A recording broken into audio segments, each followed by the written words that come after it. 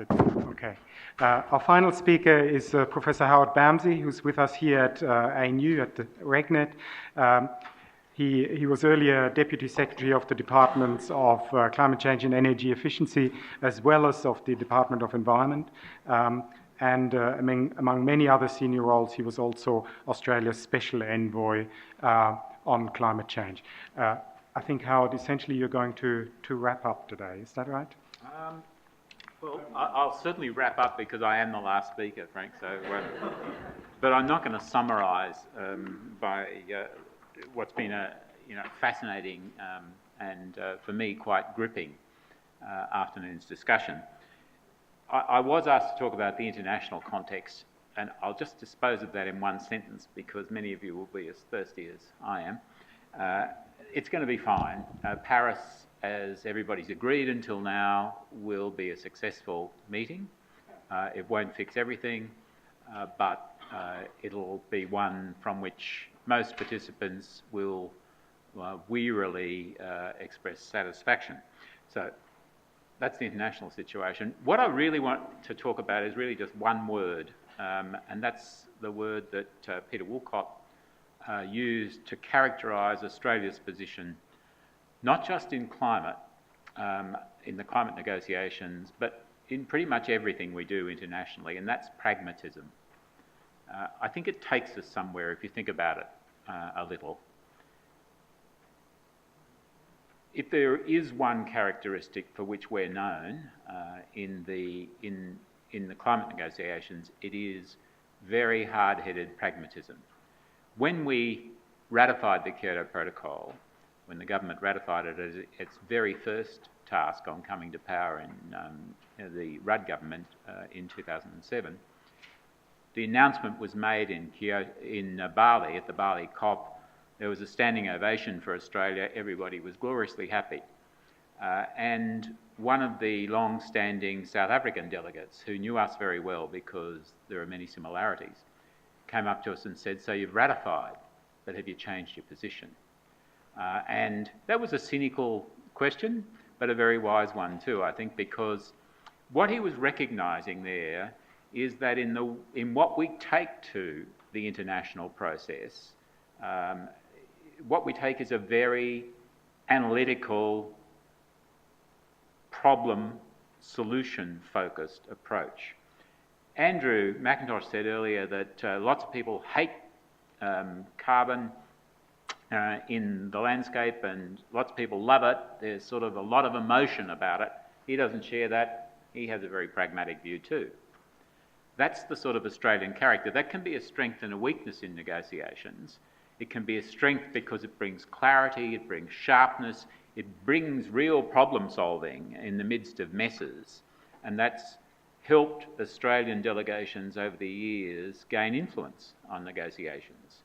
It's much easier to see what the real end point is. It can be a weakness too.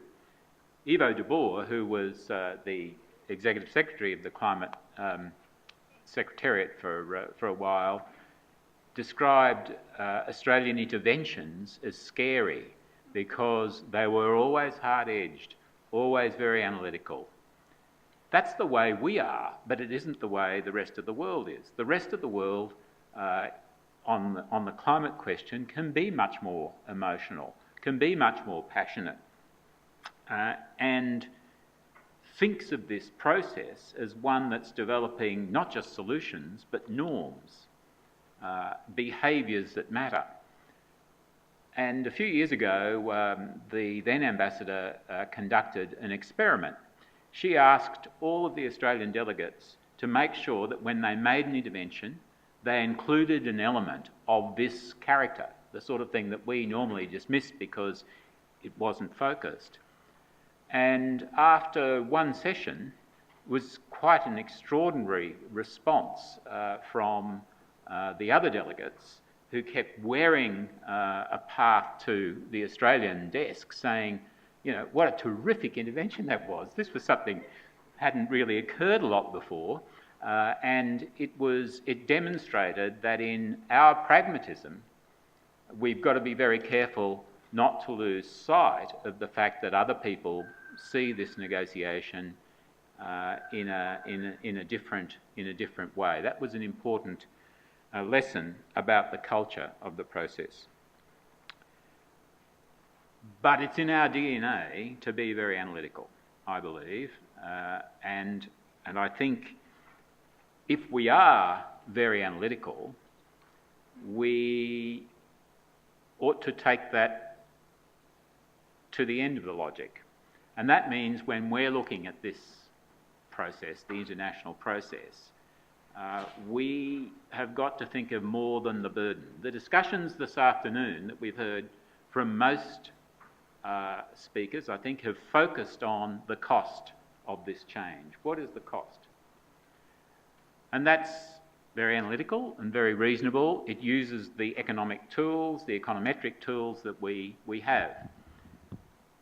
But we've also heard hints and a very direct serve on the opportunities that this change brings a country like Australia. Opportunities in the land sector, for example.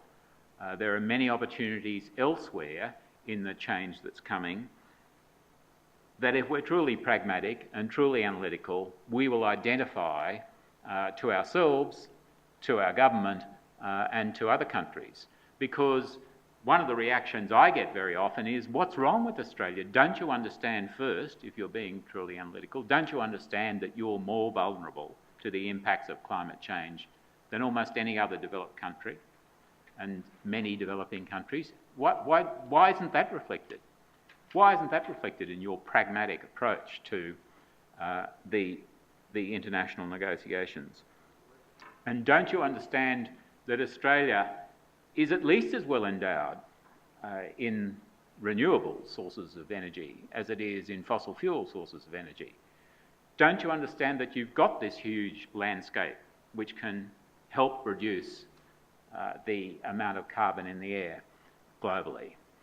These things we've got to factor into the target setting for post-2020 and to Australia's general approach to the negotiating process, much more clearly and overtly than we have. We can't miss the opportunities, because when we miss them in the analysis, we misunderstand why things happen elsewhere. It wasn't because Xi Jinping and Barack Obama get on very well that they announced that deal last year. That was because they're not missing the opportunities. The US Congress certainly is, but not the administration and not those very hard-headed, mostly engineers who run China. This is creating vast change and vast opportunity. Now, what goes into the Australian personality in negotiations?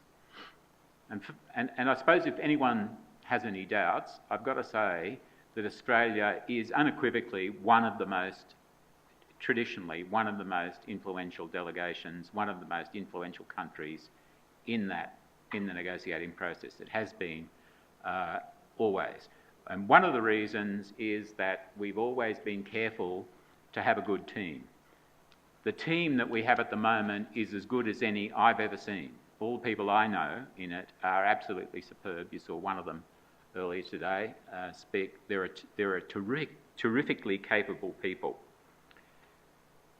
And we have some real strengths to build on in the team. The Australian delegation led legal development within the convention for quite some time. We're acknowledged as having the best legal team in the show. There were some particular outcomes of that. One was an idea some years ago. I won't go into it, but the label was schedules. That has now, through a process, become INDCs. So Australia opened up what is now the best hope for real progress universally, in which all countries participate in the negotiating process. And we did it because we had a very capable and imaginative group of lawyers. I do hope we'll continue to show that creative and imaginative approach, and Frank made suggestion earlier for going beyond targets in Australia's INDC and including some of the work we do here of world class, for example, on adaptation, and including commitments to continue to assist other countries, particularly those in our region, in that area, which matters desperately to many countries. We should do that. It's part of our contribution to solving the problem. We've got to be really careful in our negotiating approach to maintain expertise in the delegation inland. You've heard some terrific stories on the opportunities for Australia in the land sector. Those are not just opportunities for Australia, of course. They're opportunities for the world, for the globe, for solving the problem. And the interesting thing about it, as Andrew said, some people hate it and some people love it. There are a lot of delegations that are suspicious about it.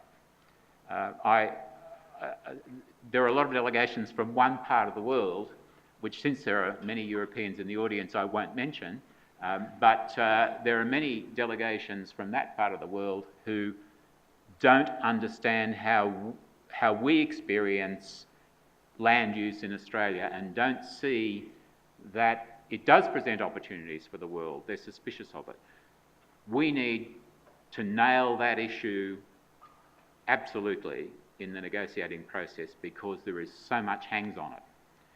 And that leads me to make really the sort of key point, I suppose, and that is that we need a delegation that's not just terrific person by person, but we need a lot of people. We need a lot more people. We had 14 negotiators in Lima.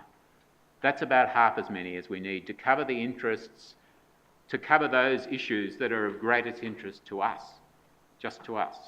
And so a minimum delegation of at least 25, I think, is what we should be looking for future negotiations. That sounds like a lot of people.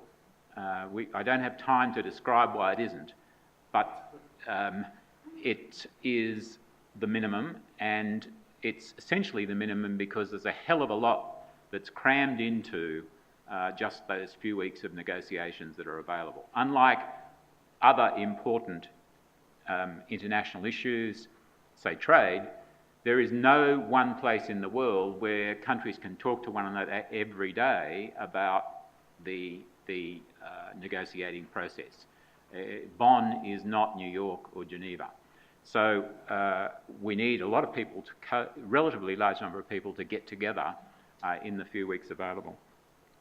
The way we pitch our policies is critical. That depends on the skill of the diplomats. We've got some of the most skillful in the world in our delegation, and I'm very confident that that we can play a fully constructive, fully engaged role that will be understood and appreciated by everybody. We've got in the Australian delegation and in what backs it up, in all of the people in this room, we've got the capacity to change the international process, to make it productive for Australia and to make it productive for the rest of the world. If we're being truly pragmatic in this negotiation, and it's in our DNA, so we have to be, if we're being truly pragmatic, our objective is clear in the negotiation. Our objective is to secure a solution, is to secure a global solution to climate change. Only a global solution is consistent with what the government has asked the PM&C task group to do, and that is to, as David told us earlier, to take account of the need for strong continued growth, to look for ways in which job growth continues, to ensure that the work we do, the target we set, the approach we take underpins Australia's standard of living into the future. The only way to do that is to fix the climate problem.